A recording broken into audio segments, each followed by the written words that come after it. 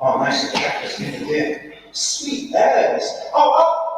Ladies and gentlemen, anyone who identifies within the suite, welcome to Ōtara 4.0. Thank you all for coming. This is a bunch of.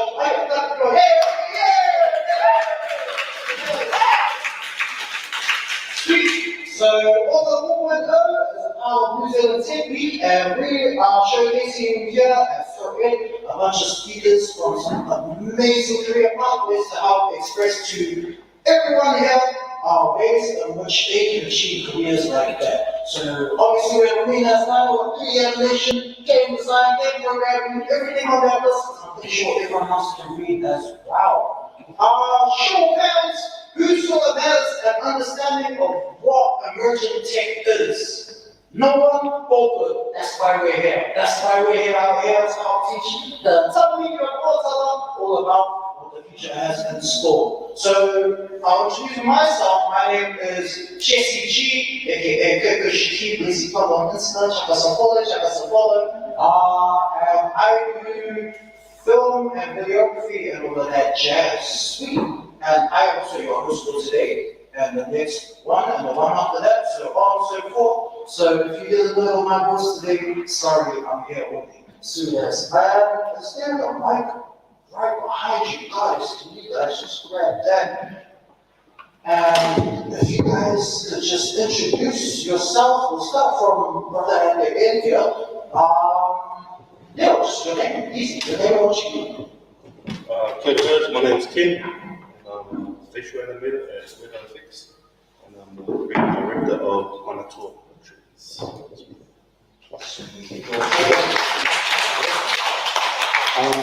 So my name is Ali Kelby. I'm an animator by trade, but I'm also a creative director. And yeah, I love art. You guys love art? Yeah, that's right. Yeah, so yeah, I'm really looking forward to talking to you guys. Yeah. Thank you.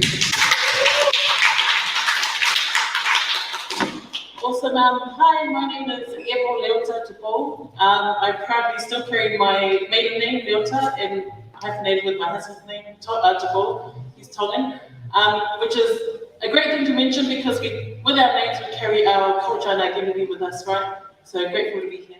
And I'm the founder of Pacific Kids Learning, which is a language and literacy support provider in the digital space. So we'll talk about that later.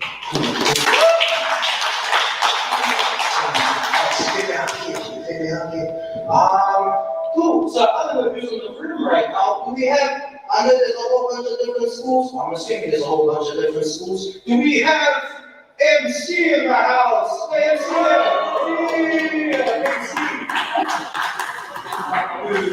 MC, right? Ōtara. Just kidding. It's called Ōtara. Do we have Sir Ed in the house? Everyone from Sir Ed. We got one person from TC in the corner. TC. See this. Yeah. Speaking of high schools here, we'll take it back to the basics. So, my first question for you guys today is, what sparked it off, you know? So, we'll start at the end there, brother. What sort of started you on this journey of what it is that you're doing? If you can remember, what school did you go to? What high school did you go to? Yeah, so I went to James Cook High School. And yeah, definitely started when I was a child, but through high school, the motivation came from, I guess, an art teacher and a graphic design teacher. For two opposite reasons. So the graphic design teacher, she was hearty, and she really knew how to deal with island boys. She was this tiny little white lady, and she knew how to deal to us, so that was cool. And they kept me in line. And then the art teacher was the opposite. She basically told me, you're not going to get anywhere doing the drawings that you keep doing in my class, and that was motivating. So yeah, two opposing. But Do you remember their names? I remember the graphic design, her name was Miss Davison, but no, I don't remember that. He just needed to do it. Nice.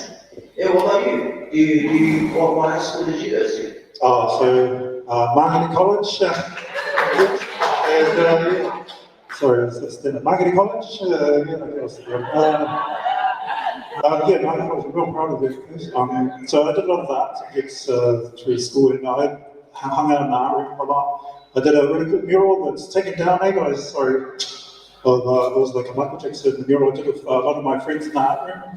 And so, did I say it from Māori College? Yeah. So, Māori is all day Māori, and so I'll pass it on to Eva, but Māori College. Okay, enough about Māori. I'm from Ōtara. Ōtara in the house. Anyway, so I went to Ōtara Dreaming College, took all the wrong subjects in school. I took accounting, legal studies, and economics, which actually proved to be kind of helpful in the journey that I'm currently in. Pursued graphic design much later in my life, 26 years of age. Loved school, just to meet my friends and eat my lunch. But there was no real motivation for me as such. I found motivation much later in life. But yeah, hopefully we can be of inspiration to you today, to provide some insights and also the motivation that we lacked when we were growing up, to help further your career choices and career paths.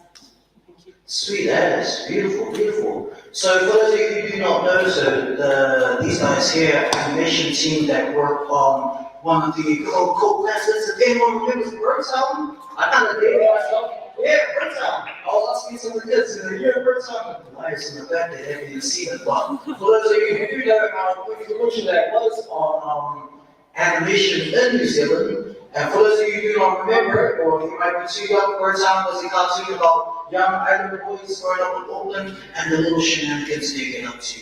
Yes. And it was played on it was like May, May, it was like 7 on Friday. Okay, so I want to take over because I worked on Ōtara here, but also Kennedy worked on Ōtara as well. So I just want to say from a perspective of Polynesian people, it was something that's like a dream come true, because I've taken my art into a career that I could, pay my bills with. So, props for that. So having something like Ōtara just being represented on mainstream TV, and I played at 11 midnight, but you can see that at like prime time. But yeah, something like that was a dream come true to actually get paid to draw, animate, and put your work on TV, and then have your peers in your community feedback to you that you're just being represented on TV. So yeah, that's what I said about that. So yeah, I'm sure Kennedy wants to get something to say. Yeah, I'll answer that. Coming from South Auckland, being a Māori, Samoan, you're sort of unsure whether or not there are people out there that make money doing this kind of stuff. Because I didn't have anyone around me who was anywhere near this industry. We saw Disney films, but that's all I knew. And I was a kid who watched the behind the scenes of Disney instead of the actual movie. Because to me, if I could picture myself there, get myself there. And Dad being Samoan, story time.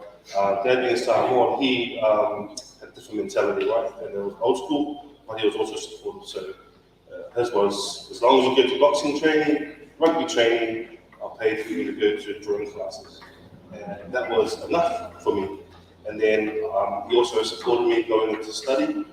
And again, even 3 years into study, I was still pushing because it was like, is anyone out there like me getting paid to do what I want to do? I'm not sure. So we started pushing ourselves because I don't found anyone like us from where we're from who get paid to do what it is. And then I got an opportunity to work on Ōtara for an internship. And lucky enough to meet Ali there. At the time, I was on the last season. And I'll be honest, I was shocked because going into the studio at the time, this is way back to 2008, 2009, he was the only brown person. And Ali says there was more, but when I was there, he was the only brown person. And it was enough for me to go, I can feel it, There's another brown person. And he's in charge, like he's a director. And I'm like, yo, maybe me one day, who knows? But then, that's still to this day, he was a part of my journey. He was part of that, to go into.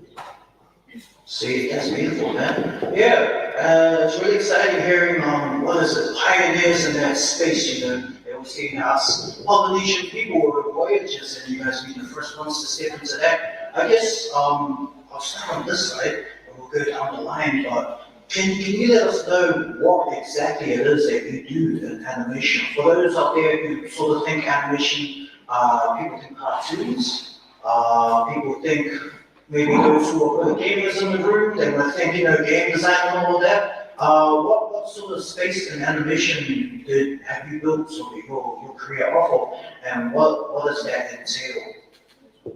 Sure. So, by trade, I'm actually a graphic designer. I did study animation, and have actually, along with my business journey in terms of studying business, understanding the process. I actually kind of now developed or founded an organization called Pacific Kids Learning, and we create animations. So we have a team behind me who create Pacific digital stories, and it's basically a platform. We always look up to Disney. We actually currently look up to Disney, Netflix, and all of the content there, and we're trying to literally fill the digital space with Pacific kids content. And our target audience is actually from preschool right up until primary school years. And I can proudly say, on a small budget, we've managed by the end of June or July, we would have finished close to 45 animated stories. And that's just simply because we have a team behind us who have been able to sacrifice some hours and input, and I'll be able to show you some of the work that we've produced. And Ali's been key in setting some of that stuff up. But really exciting space to be in, because as you know, as children growing up, you guys would have watched a lot of animations and chucked on YouTube while your parents are busy working, and that's what we're trying to provide good quality content with Pacific representation. So that's our field. That's beautiful. So I'm trying to switch on lots of things up there, which is great. Right in the middle. So sort of what is it that you do in your craft that you would define for your career?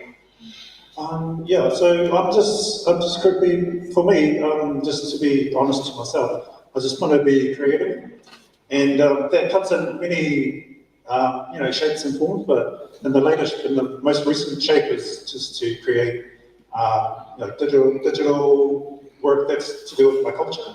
And so that's the kind of direction I'm heading. You'll see it in my presentation, but that's where I want to go with everything. But and what I do at the moment is working alongside it. By the way, props to Media Design School for putting this together, but and also Yoku and Andrew who were the spark to the idea to do this. Just to be really, just to help promote, just to be yourself, and if you're creative, then, just be 100%. And if it's not creative, then be 100% whatever you do. So, just for me, at the moment, I'm just, I like working with other Polynesian businesses, with these guys, because, these are our pillars that I aspire to be like myself. But just doing work, and it's either be animation, 3D work, comics, anything that's pretty much everything to do with the Marvel universe is what I would love to be like this guy.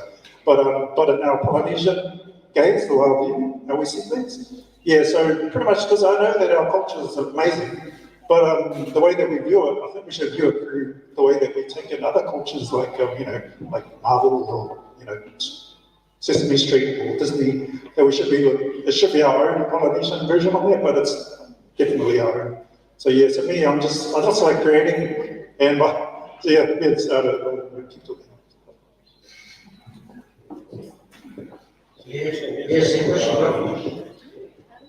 So I do too many things and I end up running out of time. And today was a good race to get away from the computer. But I do a number of things. So I'm a facial animator, whether it's our job is to animate faces.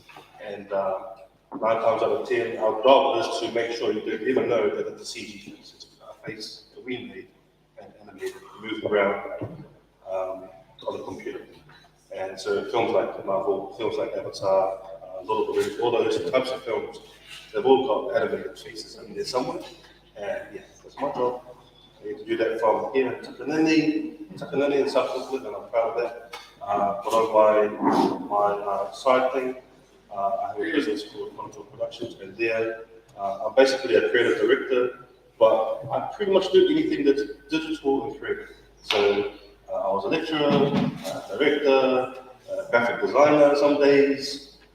Sometimes I have to animate, Pacific animations, and sometimes I do kids books. So yeah, I'm jumping constantly between all these different things. Oh, and I also design clothes, just anything digital and branded I love doing. That's nice. That's that entrepreneur in you, man. That's cool. Yeah. So I'd like to ask how you guys started your career there. I understand that each of you have prepared a small presentation featuring the work that you guys have made, that these guys have been all about. So yeah, whichever one of you wants to go first. Keep talking about it. I don't know these MacBooks. Sweet as. Just say something too much. I guess yeah, does anyone in the audience, based on what you've heard so far, does anyone have any questions? Anything at all? What they have for breakfast? What's your favorite pie? Jesse, Yes, so what does Ōtara 4.0 mean? good question, Mr. Bradshaw. Maybe Ali will know. Yes, Ali is currently multitasking and setting stuff up. But I guess I can try to elaborate on it, and if I get it wrong, just throw a cheer my way, then I'll catch you on my face.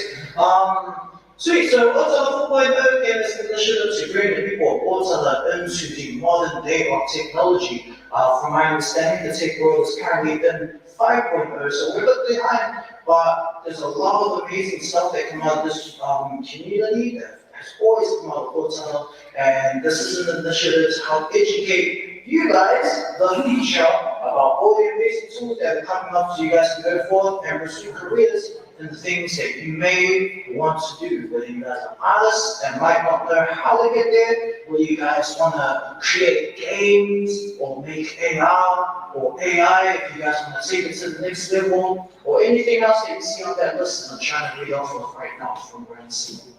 But yes, that is Ōtara 4.0. We're about bringing the future or pathways of the future to the leaders of the future, which is all you amazing young people in the crowd. Yeah, I'm young. Yeah.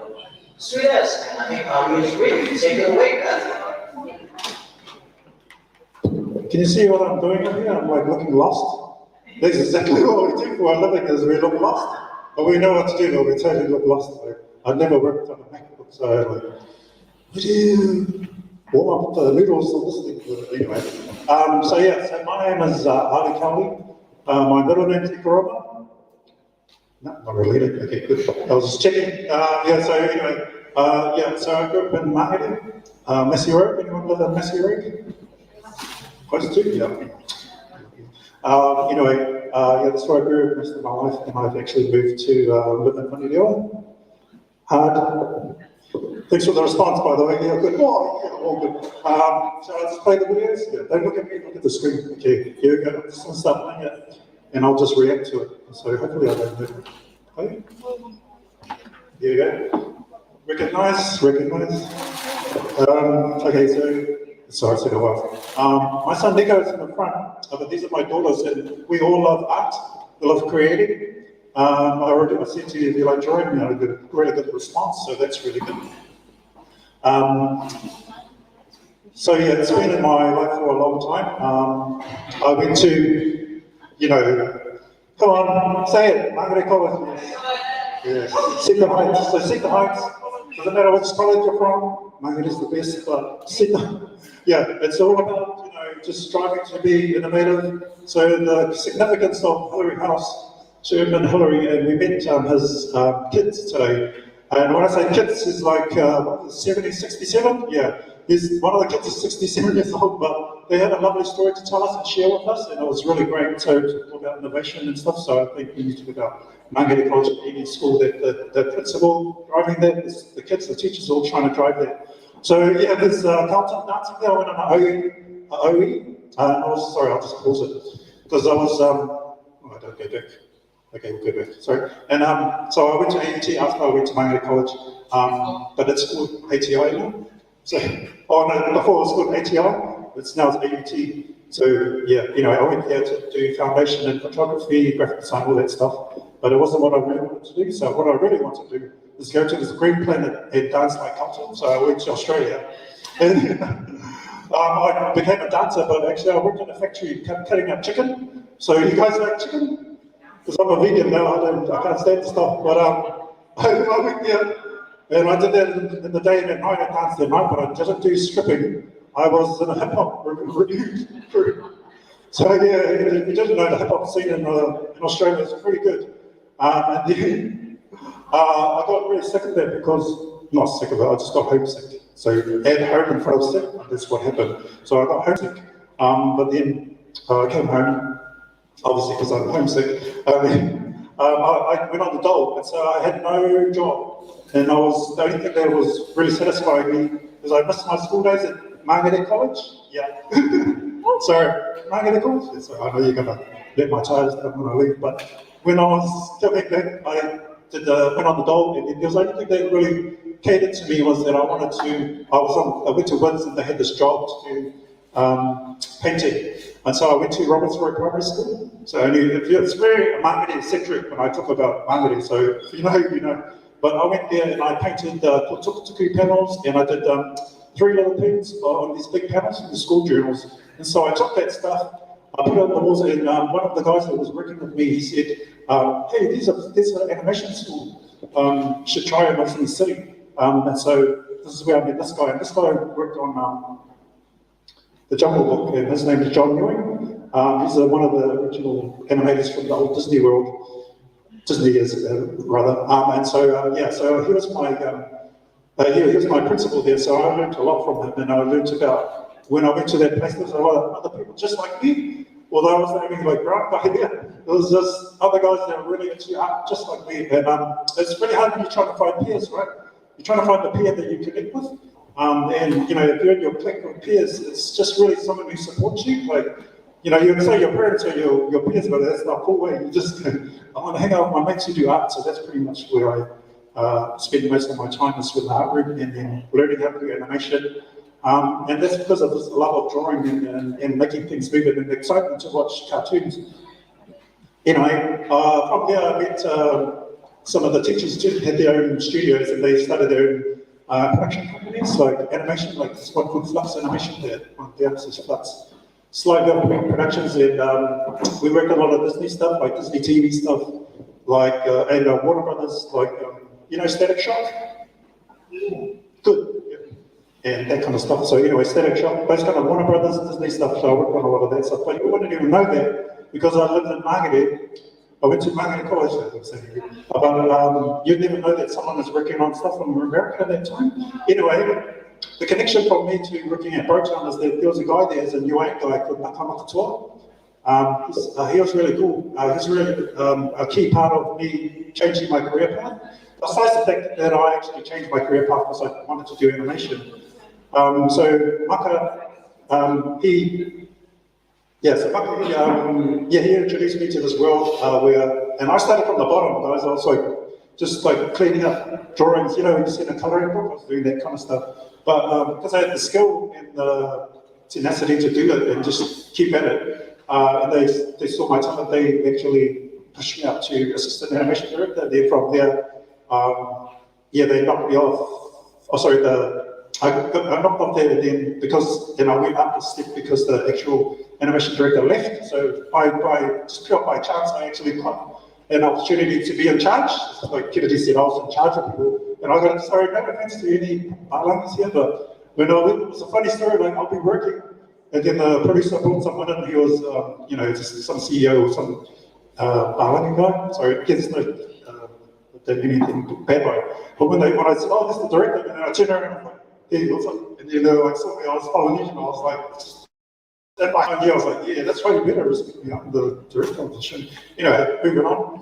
So I stayed there for like 5 years, and then I left to pursue things to go overseas. So I got an opportunity to go overseas to Australian Enterprise New Zealand because they saw some potential of myself to go and pitch to all these studios in America, like, Jim Henson Company, there's Frederator, Cakes Pacific, Nickelodeon, Disney, and that's my agent.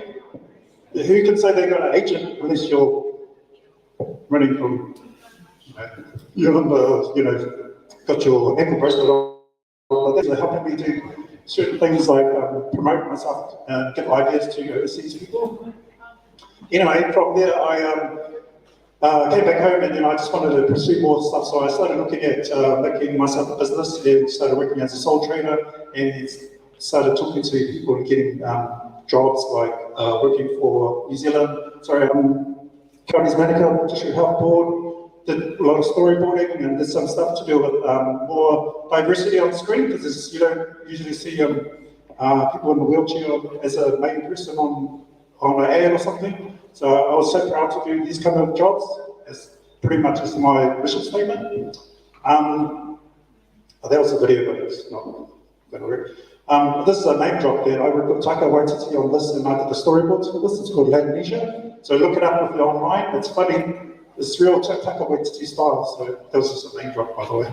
And then I like doing things like work in the community and do workshops for animation with other schools. That's Point England School. And then my doorway into media design school with these lovely people here is that I went through the original CEO of media design school, who is actually was married to a Samoan guy, but she's a Bālangi lady, but she's got a heart for the Polynesians, so through her, I came through creative natives and did that. And then ever since then, I've just been teaching at the school, and I teach in the gaming department. So if you guys into games, I saw a parent nodding their head, so is that in trouble? The parents nodding their head. Okay, so yeah, so I teach kids because of my animation background how to design, characters and storyboard and draw backgrounds and stuff. So with my job, I got to go overseas to Santa Fe, New Mexico. If you can see in one of those shots, there's the theatre that I teach in, and that's where they made Iron Man 3. So I'm just saying Iron Man 3. Yeah, come on, yeah, it's amazing. So I was actually teaching Peruvians, Mexicans. All those, and really just a lot of Latin American students, just like you guys. But they speak a different language. So I was teaching there. It was really cool. It's good experience. I got to travel with my family. So being able to draw, if you go back, I've actually taken my family overseas with me to do this next to the school. Through the school as well, my passion is about bringing up other artists that are just got amazing talent, and these are all the Polynesian artists that are actually, except for Miguel Moripola, and he just came because he's a good friend of mine too, and he's a great artist. But 3 of those artists are actually from the alumni from Media Design School and Graphic Design, so you can see their work. That's all up here at this exhibition, and I'm actually working on a book, and I might drop right now that I need funding for this to head up my school and see if we're looking around. And so they sponsored me to help because I'm all about my Samoan heritage. So in the middle is the support of Cecilia Lofita Food, and I made a 3D sculpture of him. And that was like my pride and joy of the exhibition. But some of the work on the left there's from a guy from Favona who lives in Favona, Māori. His name's Nanahi. He'll be talking here one of the times. And then I did some talks. So on the right there's some MC students, guys. So just on the left, sorry. And then some other schools came to visit, and I love sharing with the schools about that my journey too, and just trying to relate to them in terms of it's up on screen, but you're here, so what's the connection? So I'm just trying to show that. Jumping ahead, I work with Oscar and Paul, my auntie. This is my auntie. Dr. Tough Esther Kelly, welcome. She called me in to help make an app, so I've been helping develop an app over the years, because it's been on pause at the moment, but it's to do with helping parents get their kids into kindergarten, and it's an app the kids go, is this an app for kids? I said, no, it's actually for the parents, and it's just a user interface that's more friendly, so the parents don't get, can enjoy doing it, so learn how to, it's based on the thesis from my auntie. So it's really cool, and that's the crew there, there's a lot of scripts, if you're into script writing and all that, it's that kind of stuff. And then just following on from that, the follow-on thing from me making an app with my auntie is I work with Dr. Sully, Professor Sully Mary, and she's got a whole research team in Auckland University. And so do you believe I was just walking, kicking a can in Māori one day, and then all of a sudden I'm working with these researchers and stuff, and so, but my heart's, you know, still where I'm from, but I switch over to this career, this professional guy.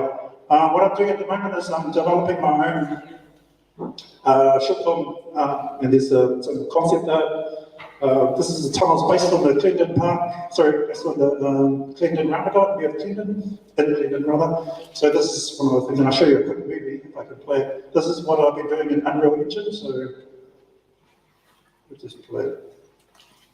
Sorry. How's my time? Sorry, I can cut it if you want, Jesse. You're good. Okay, I can't see that mouse. Oh, that depends. How long's the movie, bro? No, it's short. It's on now. Yeah. Yeah, sorry. You know, I'll just talk over it. So this is just all those concept drawings that I made this 3D. So just to get it, you can see there were some mood boards on the left side. Let's get a feeling of the lighting and stuff. So if you're really into filmmaking, you use lighting. There's a lot of stuff that like you can use in Unreal Engine. Oh, sorry, it's gone now. But you know, that was, I'll just keep moving. So another thing of my hats is I like directing. I made a short film. It wouldn't be much use, but my son and he's over there. And I don't want to tell you what it's about because I will spoil it. It's like a spoiler. But I've been in festivals and stuff, so just because I've just gained confidence to do these kind of things. Again, back to my heritage projects, this is what I kind of in mind with doing. I want to do more stuff like this. There's a photo of the actual person that was alive, and I actually ended up presenting this, which is, presented it to the actual former Samoan Prime Minister.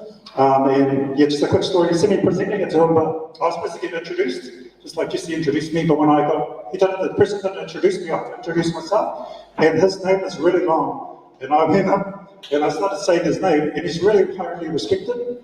And I started saying his name, and I totally forgot his name. And everyone was laughing at me, and I was like, "No, that's all good. As long as you can laugh at me, that's fine." But when he got it, everyone just was quiet. The whole room went quiet because he was, because of the meaning towards that. And again, that was thanks to Media Design for helping me research this. I don't think this is. I'll make it short. I'll make it. But yeah, then this is another. This is you know what that looks like?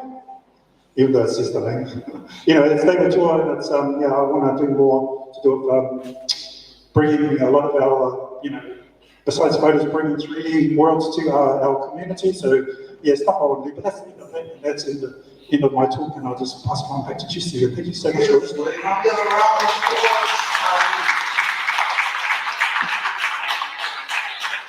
Sweet, and while Kennedy's preparing his presentation, so that's amazing though, you see that, such humble beginnings, man started off, a mama there, just chilling, doing him, and following in the footsteps of his career, and all the people that he met along the way, he was able to travel not only to Oz, but also to South America, also to the United States itself, and work on projects related to Disney, Marvel, and other things, and it just goes to show that, the sky really is the limit.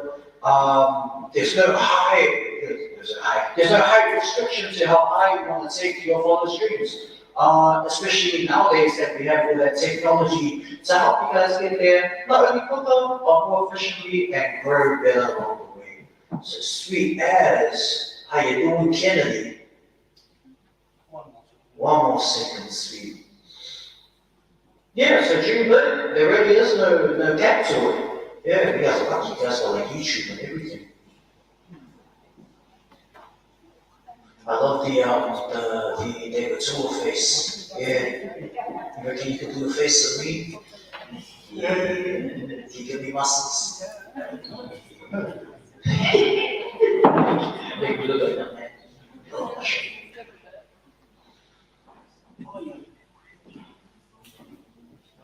So yes, that's okay. Kia ora, talofa. My name is Kennedy Kio from Nifo, and thanks for having me today. I'll try to be as quick as possible. I have quite a bit to show, so I'll try to keep it quick. I have to tell you a story. This is me, 1986. Born Yeah, pretty cute, I reckon, for the kid. But I was born in South Auckland. And my father, that's my father and my mother, my dad's, and my mother is Māori Pākehā. And we come from Ngāpuhi, Te Roro, and on our Samoa, we come from Iwa, Samoa. And what I'm showing you right now is just a journey, my journey. So from that little kid born here, Mum and Dad actually lived in Ōtara first before we migrated to Manarewa, which is where I spent all my life. I have two siblings under Mum and two siblings under Dad, and as you can see, my dad is like very, how would you explain him? Very stoic, very tough and thick-skinned Samoan man. And my mum's got this smile, right? But she was a tough woman too. And that's really where I learned my hard work ethic from these two people. And the reason I'm showing this journey is because it's really about the journey of where I got to where I am now. And that didn't really affect where I came from, because it's probably one of the barriers for our people, thinking they're coming from slim pickings that we can't actually achieve for things like working on movies. Dad worked in the factory and Mum was on the benefit, and but yet, I got welcomed. Born in South Auckland, and I went to James Cook High School. I can't really say much about James Cook High School other than, I enjoyed hanging out and eating and playing rugby, right? But I actually enjoyed playing rugby. I played rugby because there was an expectation given to me by my father. But again, he supported me in my creative endeavors as well. His dream was to be Sonny Bill Williams, right? My son gonna be our Sonny Bill Williams. He's gonna be a rugby player, a boxer, yeah. But I had a dream, I had a passion, and he respected that later on. So that's my journey to James Cook High School. After that, so you're probably thinking, why am I even talking about my past? What I'm trying to show you is this is what I studied. This is what I ended up doing after leaving high school. Yes, I have all of these: the certificate, diploma, bachelor's, master's. And I went out of high school thinking that I had to be the brilliant person, but in actual fact, I went to a school that didn't actually look at my academics. They looked at my passion.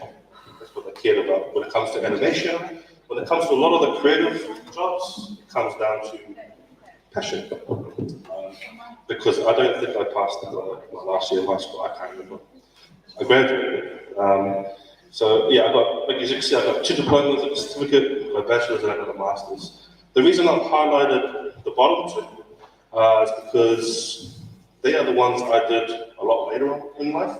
So I actually did a diploma in 3D animation at Media Design School. I highly recommend Media Design School. But then I got a job. I got a job straight away. I already had 2 kids at the time. So this is 2008. Right, we talked about, my son was born. He's 14 now. He goes to high school. And now I'm having this conversation with him daily. What am I going to be when I grow up, Dad? Be whatever you want to be. Do what you want to do. I don't know what I want to do. Okay, cool. Let's keep thinking. This is what I've done. And over my 13-year career, if you can see the screen, these are all the projects that I've worked on. And I'm really proud of, all of these.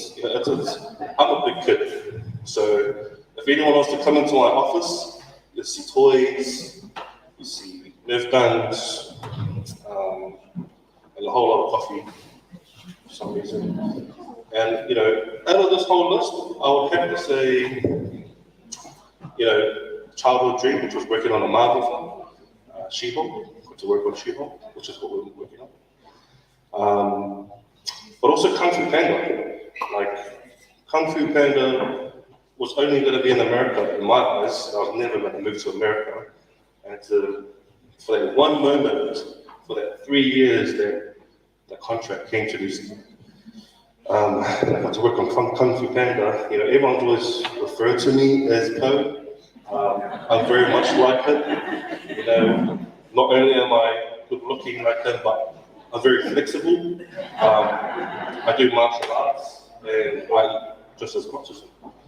But yeah, that was a huge fanboy moment. And even today, like, daily, I'm a fanboy of my work and the people that I work with. So yeah, this is just a snippet of some of the things I've done over my 13-year career. I've also been a lecturer teaching rangatahi out of high school all the way to employment.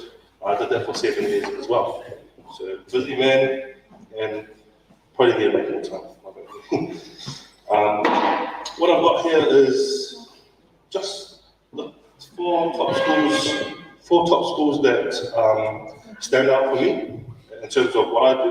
I've worked for these schools in some sort of capacity. So UB, I taught there for 7 years. Media Design School, did all my qualifications with Media Design School, even while I was teaching. AUT, AUT in Auckland, they have a motion capture studio, which is like one of the only motion capture studios in Auckland. So if anyone's seen the movies like Avatar, The Blue People, all of their performances captured using motion capture. And AUT has a motion capture studio, so they get a lot of people coming from AUT. And in the bottom right corner, you can't really see the school, but it's Massey University in Wellington. They have a master's program that where you can specialize in concept art, which is all digital painting, right? And it's like one of the only masters of its kind. And the students actually do their work experience with Weta. So it's like a unique opportunity to be studying, to get your masters, but also get work experience and get paid. So it's quite cool. So I guess today we've come to you because there's like this problem that we and myself will try to solve. And that is that Māori Polynesian people are underrepresented within the creative tech industry, and tangata moana make up less than 4% of a $4 billion industry, right? So even in my job, we have around about 1,500 staff, and I could count with my two hands how many Māori Pacific people I've met out of that 1,500. And it isn't because we're not talented, it isn't because of where we come from, right? Because I've proven that that's not the case. There are a lot of other things, like our people have barriers that some other people just don't understand. So during my masters, I actually came up with this, this streamline to sort of identify the 4 different ways that you could end up in a job like mine, right? So the first one is youth, rangatahi, and STEM programs, right? Pacific Learning is one of those for the step 1. And anything you guys do in high school is related to this. So if you're studying art, studying graphic design, that would be the first part. The second part being university. So I showed you a few different universities that can help with that. The third one is internships. So when I met Ali, I was on internship while I was studying. So that was the third part. And then the fourth part really is just you continually working within the industry, getting paid good money. And I guess that's if you have that question, do ask me. But we get paid good money. And then outside of me working for Weta, I also have my own business, which is called Manatua Productions. And Manatua Productions is a social enterprise. For those who don't know what that means, basically, I'm not out to make billions of dollars. I'm not trying to be a millionaire. I'm actually getting projects, and I'm trying to help other Māori Pacific students graduates, to give them work experience, to get them paid, and to help them, propel them into the industry, to help them become a place B1 players. So that's Mātua Productions. We do graphic design, animation, games, and illustrations. 9 times out of 10, artwork is all visual, so let me just show you a video quickly.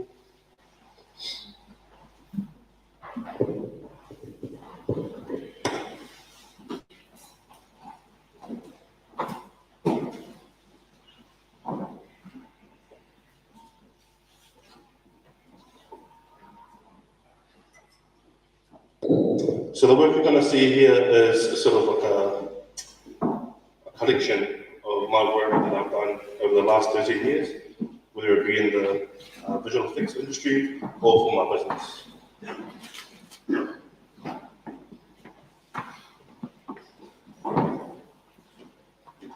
Sound doesn't matter.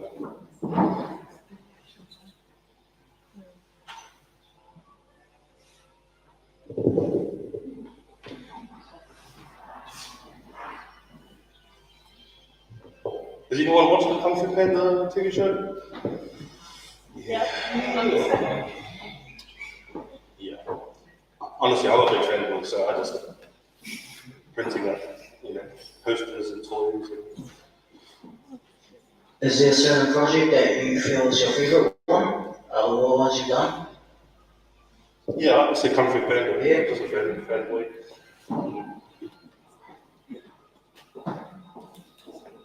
But I would still say that today, my highlight of my career is actually teaching other Māori Pacific students. So this was a show I did in Australia, and I actually came back because I missed the culture. What was I expecting? I was going to Australia, and I wasn't going to get Māori Samoan sort of vibes here, so yeah, wasn't digging it. Plus, my entire whānau's here, so it just made sense to come back home. So this is all visual effects. So this is all the stuff that I pretty much all weather. So model engines. Let me try to talk about what I did here. I did all the gardening, all the plants. See, flowers. Oh, no. Right. So, yeah, pregnancy stuff. We look at all these videos, like what to do. So, on any one shot, when it comes to these type of projects, we can have up to like 50, 60 people working on one shot. So I can't claim all of this, but I was a part of making this happen. My specific role, if you can see it, okay. This is where I'm proud that my mum taught me how to garden. All the gardens, all the shrubs in the background, all that sort of stuff. That was my job. So we call that dressing. So if this was a shop and someone said to you, you need to make this look post-apocalyptic, cool, that sounds fun, right? So now we're going to go in and paint grass and plants and probably some skulls in there somewhere and all sorts of things that make it look like the story needs to.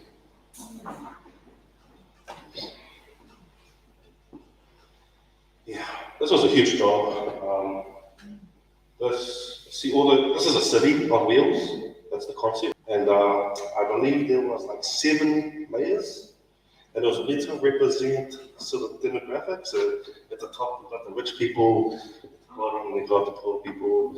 And a big part of the job there was designing every single layer, not just the building. So we put the buildings there, but they go, okay, what kind of garden would be out in that building?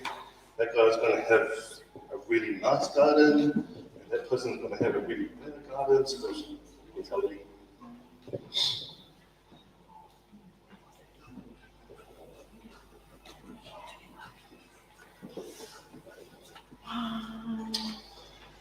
I guess the reason I put this here is that entire background CG, so it's all done on computer.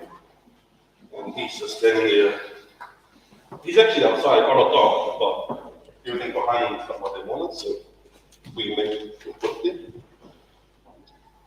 I placed the ladders, I placed, with the boat boats. It's fun.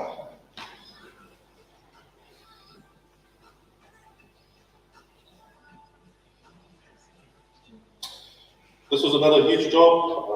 Basically, all the city buildings was generated by another department, but our job was to go on every single building had to be unique. We can't have 1,000 of the same types of buildings, so we got to go in there and change it up a bit.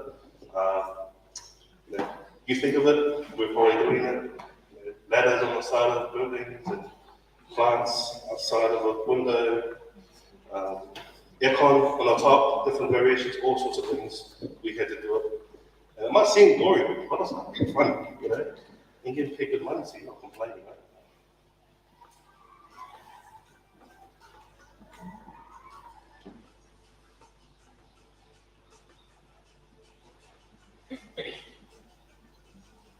So even on like this shot here, specifically, my one job was to put the pipes, so everything on top of that wall, I had to put there. Yeah. And you go back and forth with the supervisor, say, hey, change this, undo that, do it again, just keep going. Don't complain.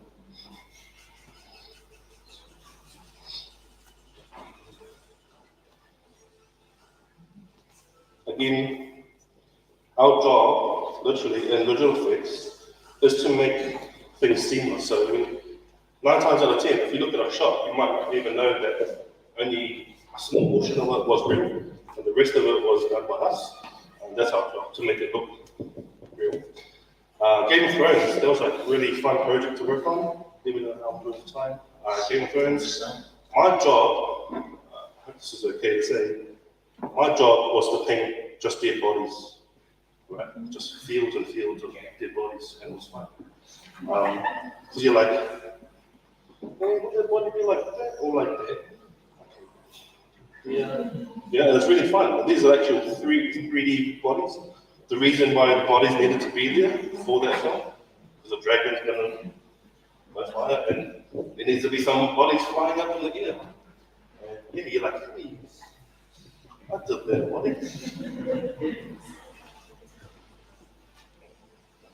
I also sort of shot myself in the foot with Game of Thrones.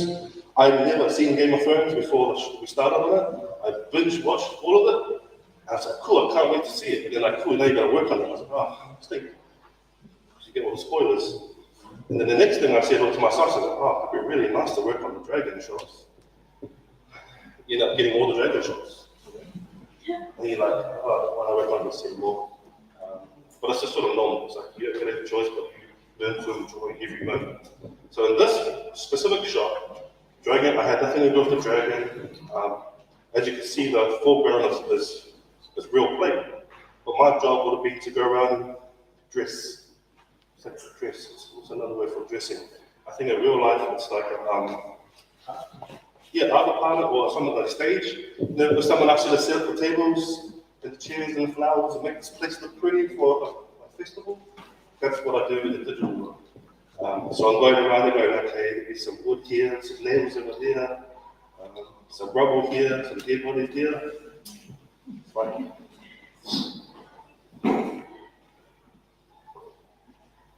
And sorry, this next part is just stuff that I've done with my business. So I don't take the credit, it's a lot of artists that have helped me in my business on a corporation.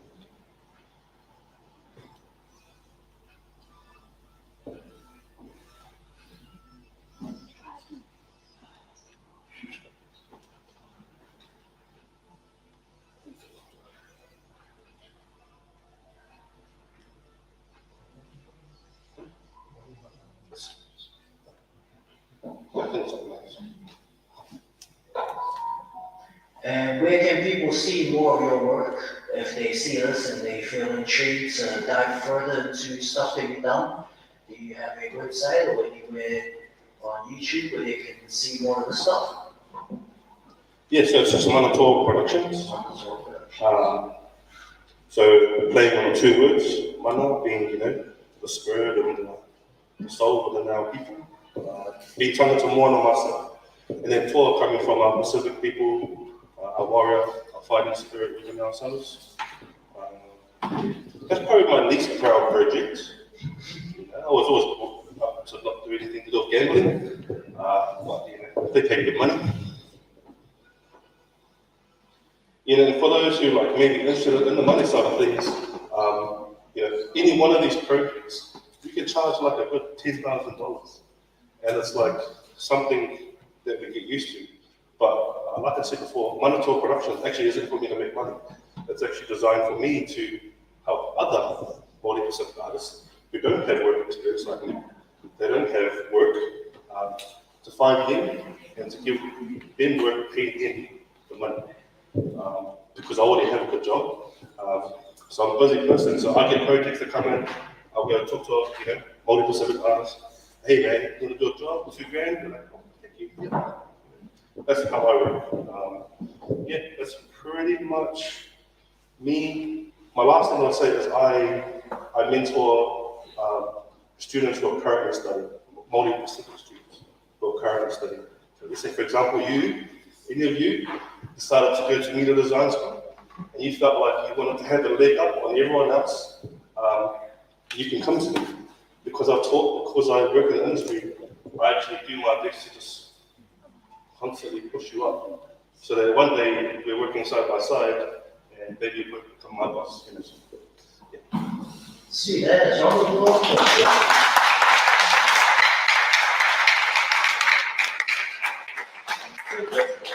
And once speaker gets ready, question for you, Kennedy, just while she's in there, the mic.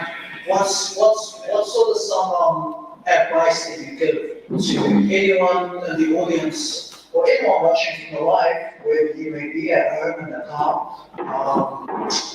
What's some advice that you feel will really take someone a long way as they were to pursue a career while you've done the nation?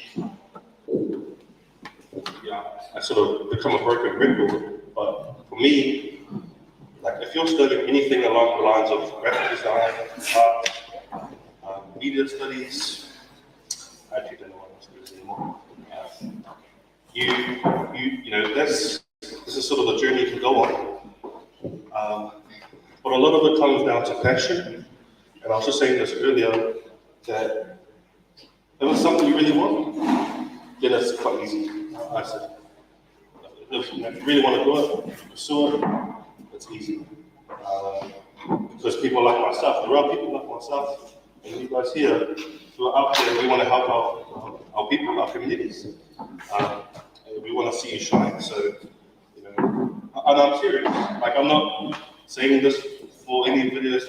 If anyone here decided to study this sort of pathway at any of those schools, and you felt like you wanted someone like myself to mentor you, to help push you into a career, I do it. I do it for free because I can.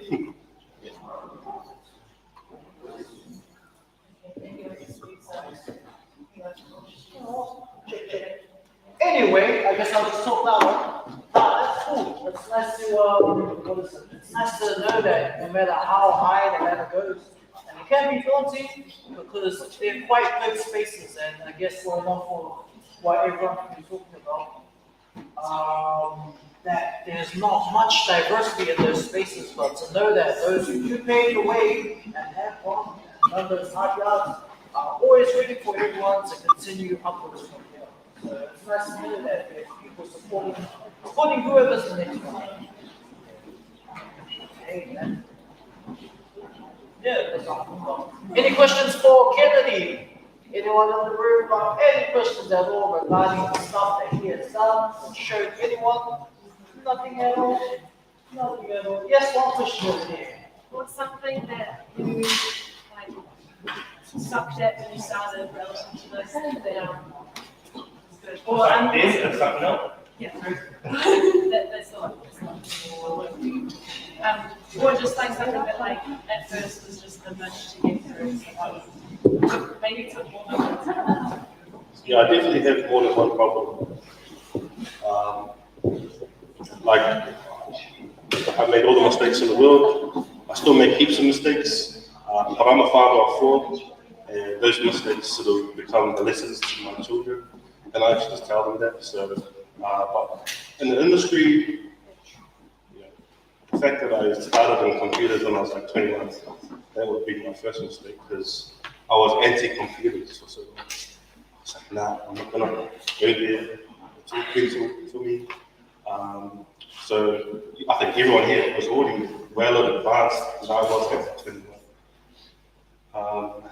But the other one would be, yeah, it's going to sound funny, but the fact that I have naps all the time, that's a bit of a fail, because, you know, to continue working late into the night, you know, you're going to have a nap sometimes. And, I'm trying to think of something more related. Or try the opposite, or that one of the things that you make your strengths, right? Yeah, like I said, so I never had anyone in my immediate family who I could look to. The mother, first person was us. First brown person I saw working and in a high position. So that was step 1 to go, okay, I can do this too. And then when I moved into 3D, I went into this mindset, no, I'm really on the regions, in the 3D world. And I met another guy named Jacob Luamanawaisua, and he works at Uber. And I work with him now. And that's the crazy part of it. When I first started studying 3D, he was a mentor, and now I work with him. So I guess that's why I try to give back too, because Ali's always open for me to ask him questions when I was coming up, and Jacob just always willing to give advice, anything. And I guess if that motivated me, I'm happy to do the same. What's something you want to see from the future of, I guess, the next generation of young politicians?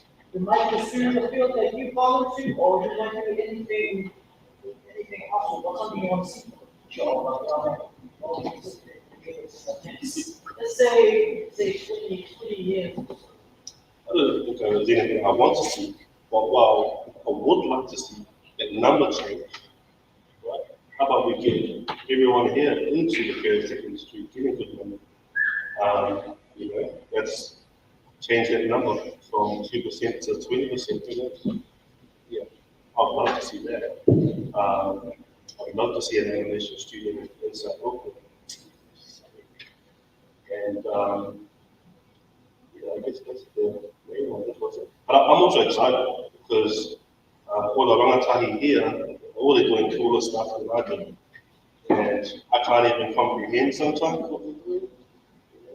All they're showing me stuff on TikTok, and I'm just like, so like, do the dance with me. I'm like, okay, what's the point of this? And then you're watching that media, that young media, and the reach that they have, and the talented, the artistic already. It's cool. I guess I guess we'll build up to that, knowing the current generation and how much access they have. What are some things that you see that so much improvement in your eyes? Oh, you're welcome again. What's something that you're looking forward to in terms of tools that the next generation has to understand? I think the rangatahi here can do anything I can do. 100%. They have all the tools accessible to them. All the tools that I learned on are now free these days. Yeah, that's crazy. Actually, I teach my son at the age of 14. I taught him how to do it. It's all there. It's free. It's free software. Sometimes you just need someone to look to help out.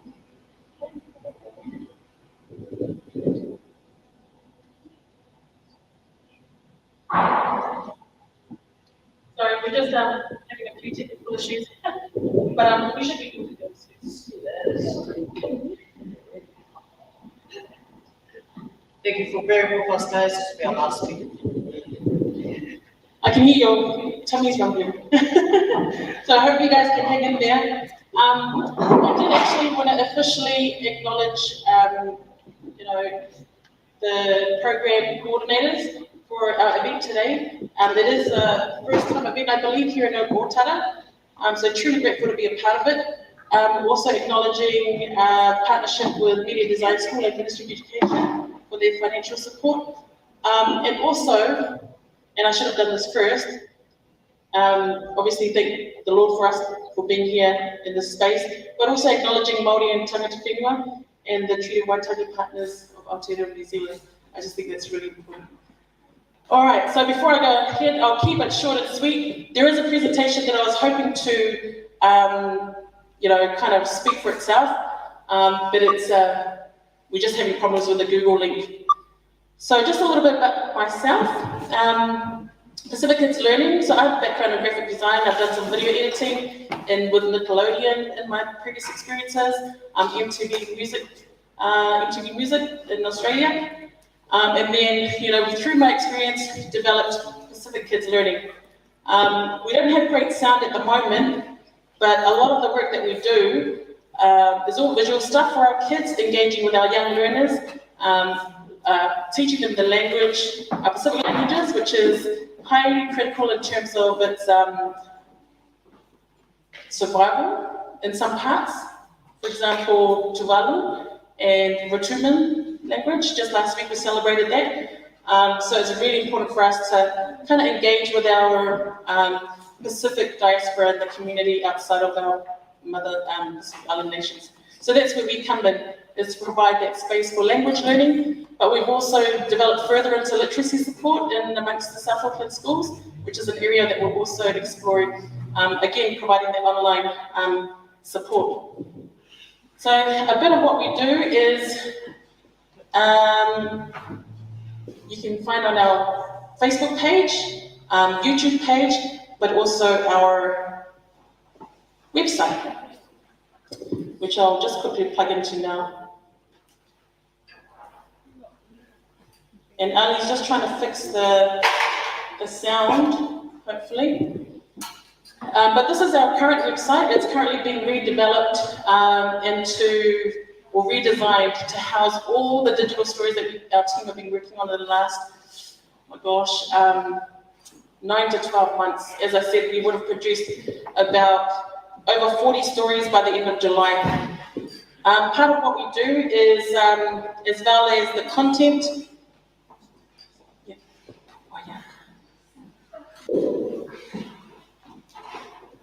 we provide stop motion animation workshops, which we were privileged to pilot just last year. And from the workshops, the workshops was to co-design and provide tools for our teachers as well as our students as an alternative, or to try and align it with their current curriculum around storytelling. So we provided all the workshops. We set up a program, got the kids to write their own stories. They storyboarded it, co-write, they wrote stories in conversation with their parents, trying to kind of close the gap with the intergenerational knowledge. And this is some of it here.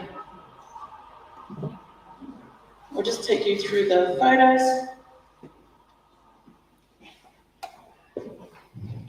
No, that's not it.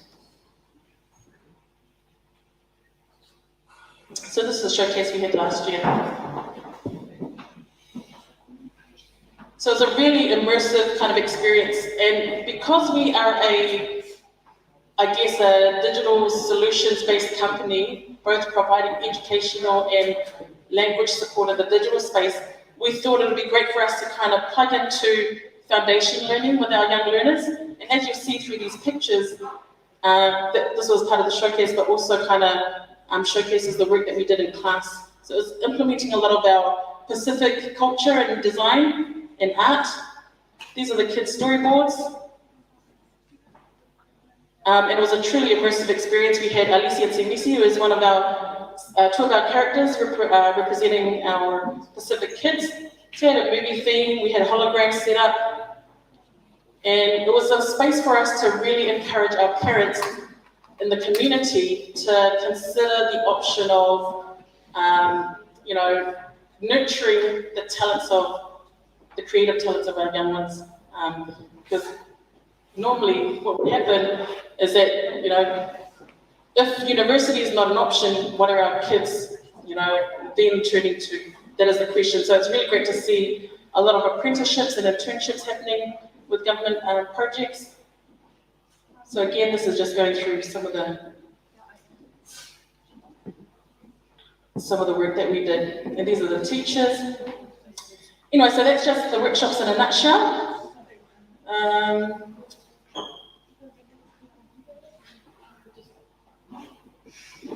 Okay, and I'll just quickly play this. This is one of the things we do, right, is to try and turn around. We work on small budgets. We are an organization who's trying to prove ourselves. One of the biggest problems that we've had is actually to try and find a specific talent. There is specific knowledge or specific design knowledge that is really sometimes hard to translate to other artists outside of the Pacific area. So it was really good to have us, as Pacific representatives, to be able to transfer those creative briefs onto our artists or animators who actually were not of Pacific heritage. And unfortunately, we just don't have the talent for us to build capacity. So a lot of our artists actually are from overseas, outside of Auckland, and this is something that we developed in the space of 2 days. And,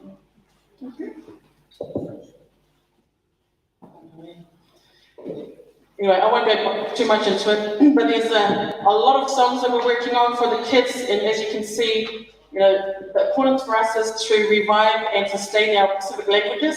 This is a popular song in the Tongan culture, and a lot of our work that you see on YouTube was actually self-funded, so it was really just done by a group of passionate people, but now we're at a stage where we're really proving ourselves. We've kind of put our foot in the door and said, hey, look, this is us, you can rely on us, we're good at budgeting our services. The people we bring on board, like you guys, if you guys choose to pursue a career in creative tech, in animations, we pay, as Kennedy had mentioned, we pay a good living wage, and from there we can support you based on your skills and your development. We go up from there. We really value the input that everyone kind of contributes to the bigger vision. So I'll just play something else as well. So by the end, as I briefly mentioned, so this was one of our first stories done in the Pacific languages. Part of the Pacific Digital Stories project, so it was all a collective of work based on the workshops, turning those stories developed from the workshops and actually producing them into proper Pacific language resources, but also providing literacy support. So we have someone on our team who's an education expert, so she does all our curriculum stuff. So whatever stories we write, we align it with the current curriculum, so that actually none of our time goes to waste. So it's not just creating content just for fun, it actually has a real good impact, or it has, it's the idea of creating impact, providing really good, meaningful stories that, kids can learn from, and really good things. And what else? There was, that's pretty much, unfortunately I was unable to show you guys the slide or our show reel. Our show reel is actually just a myriad of the work that we're doing. As I said, we've got over 40 stories, currently finishing off 30 song animations in the Pacific languages, which is huge. If anyone understands the amount of work that goes into production, we've managed to do all of that with maybe under $300,000 worth of budget. And that is, in my opinion, if anyone that understands production and the cost of it, it is, there's not a lot of money to produce that amount of work. So, but at the same time, we're getting there slowly. I just want to show you one last thing that I can't really show on the big screen. And if you can see my screen here, at the end of July, this is actually our new website. It's actually based on, as you know, if you have children or siblings, and usually watching Netflix and stuff, we've basically replicated, if you notice all the user interfaces across all the digital platforms, like Netflix, Disney, they all use the same structure. So what we've done the same thing. So we've done it here, we've got a whole full Pacific Digital Stories library, and it will house all our animations. So it's not live at the moment, but you'll see there, it's not dry, but we're going to replace all of that with our content, Pacific Kids content. It'll have Pacific language animations, digital stories, song animations, Pacific phrases. It'll have a whole heap of things. It'll have workshops for classrooms and resources. So it's really kind of hitting many birds with one stone. And that's pretty much the work we do. Hey, so that's us in a nutshell. Check out YouTube and check out Pacific Kids Learning, and look out for our new website that will be launching at the end of July with a special showcase. That's unfortunately invitation only at the moment. But thank you very much.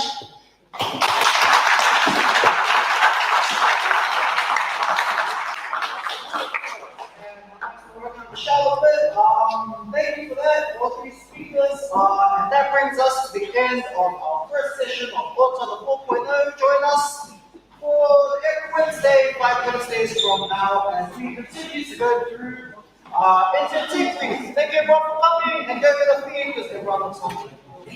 Goodbye.